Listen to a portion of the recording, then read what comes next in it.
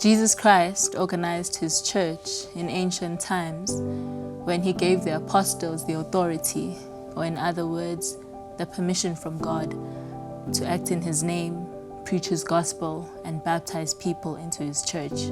After Jesus Christ's death and resurrection, the 12 apostles remained on earth to lead the church of Jesus Christ. But all of them eventually died or were killed, and no new apostles were called. Although there were many people who still loved and followed Jesus Christ, there was no longer anyone on the earth with the authority to lead his church.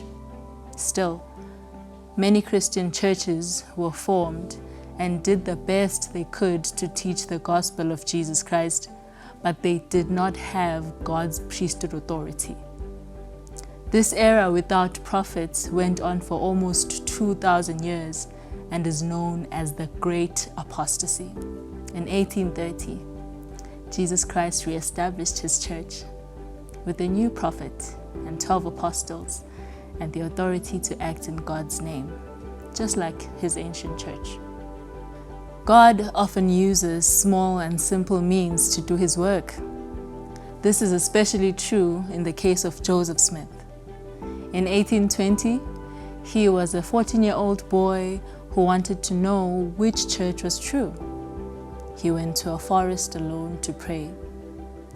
Let me tell you in his own words what happened. He said, "I saw a pillar of light exactly over my head, above the brightness of the sun, which descended gradually until it fell upon me. When the light rested upon me, I saw 2 personages, whose brightness and glory defy all description, standing above me in the air. One of them spake unto me, calling me by name, and said, pointing to the other, This is my beloved Son, hear him." Joseph saw God the Father and his Son, Jesus Christ. They told him that one day he would be called upon to restore or bring back Jesus Christ's church as it existed in ancient times. Over the next 2 decades, Joseph Smith received the authority to act in God's name, known as the priesthood. He was instructed by God to restore the church of Jesus Christ. For the last 200 years, the church of Jesus Christ has been restored to the earth. Prophets and apostles have once again been called, who give guidance to the world on how to come closer to God and his Son, Jesus Christ, so we can live happier and more peaceful lives. God has provided us evidence that his church is again on the earth. That evidence is another testament of Jesus Christ, known as the Book of Mormon. Joseph Smith saw God the Father in his Son, Jesus Christ.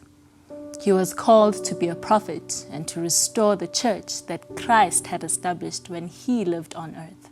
He was given the priesthood, just like the ancient prophets, so that he could perform ordinances such as baptism.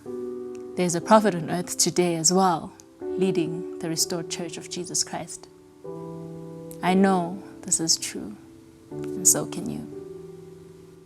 Have a look at this video depicting the experience of Joseph Smith.